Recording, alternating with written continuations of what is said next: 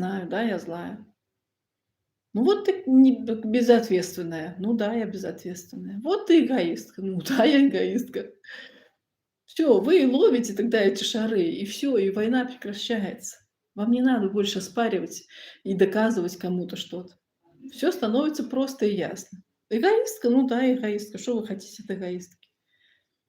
Вот ты там такая-сякая, там, в ссоре, допустим, там с женой, с мужем. Вот ты такая. Ну да, я такая. Ну не живите со мной тогда, идите нахер все. Ну, если вам плохо, вы хотите меня перевоспитать или что? С какой целью вы мне это говорите?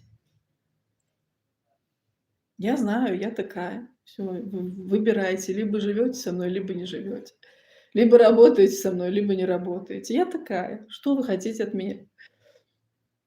Все. И тогда человек должен взять ответственность на себя. Так-то он перекидывает на вас, типа: "Ты вот такая плохая, и ты должна как-то и каким-то образом измениться", чтобы ему было хорошо. Да кто из нас эгоист тогда?